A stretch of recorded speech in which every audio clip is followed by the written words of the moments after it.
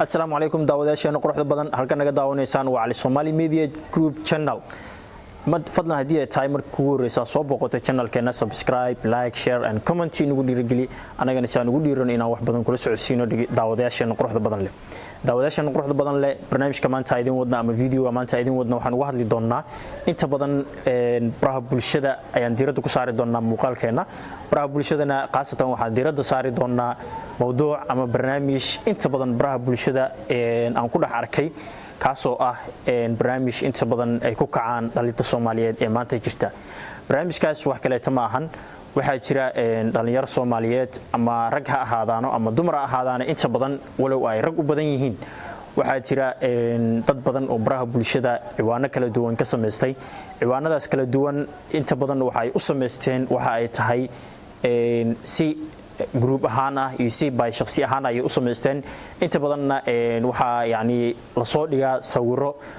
dumar Soomaaliyeed ama gabdho Soomaaliyeed oo waliba waxyaabo aan anshaxa iyo edebta aan u rooneen lagu soo qoro baraha bulshada inta badan markii aad isticmaasho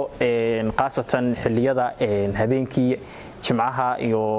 qamiisto kaleeto waxa arkaysaa runtii wax aad iyo aad kaaga yaabinaya taasoo inta badan dhalinta Soomaaliyeed waxaad arkaysaa gabar qabar moog ah sawirkeeda aan waxba ka ogeyn in qof uu soo qaado oo ku soo qoro jimco wanaagsan iyo waxyaabo afka intaba aan u roonin dhaqanimana aan u roonin runtii dadkaas waxaan rabnaa inaan u sheegno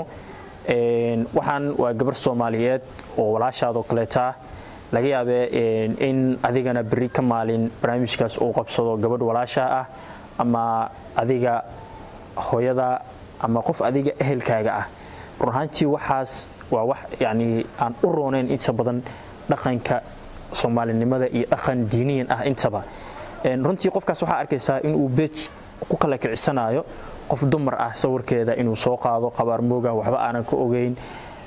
inta badanna dumarka sawiradooda la soo qaado waa dumar aad u daayar runtii nolosha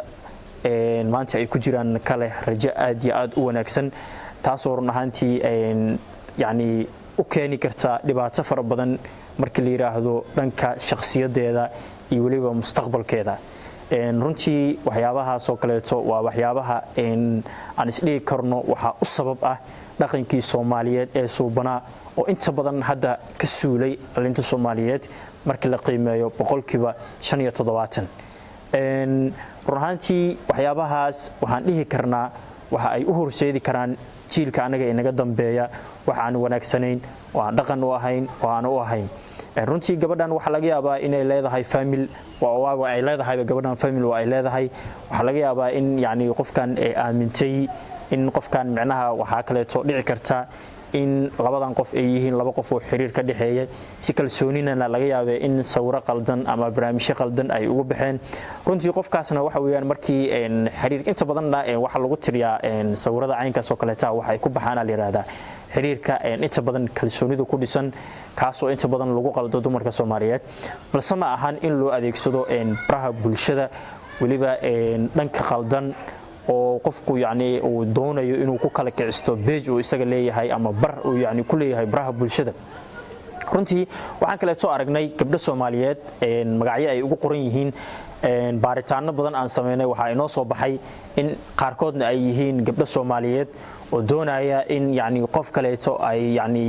barnaamij ay ku target gareeyaan ama ay doonayaan inay ku fadeexaystaan qaarkoodna ay yihiin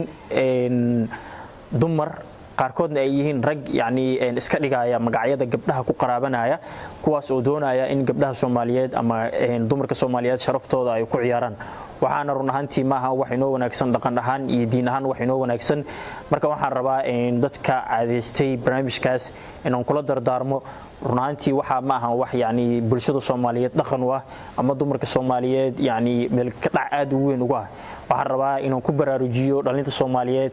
inta badan waxyaabaha caadeystay waxaan ma noqon doonaan wax adiga shakhsiyadaadana bari ka maalin magac ku noqonaya mana noqon doonaan wax adiga shakhsiyadaada bari ka maalin yaani aad magac ku yeelan karto waayo beejkan haddii uu maanta ku kala kaco aad yacni gabar Soomaaliyeed sharafteeda ku ciyaarto sawirkeedan aad ku soo dul qorto wax aan wanaagsanayn ruuxantii gabar waxaad arkaysaa reerkeeda iska joogto reerkeeda iska dhaqanayso lagana yaabee in micnaha maanta la yiraahdo heblaayo caawa in lagu soo qoro waxaan ahay guurdoon waxaan ahay qof heblaayo sidaas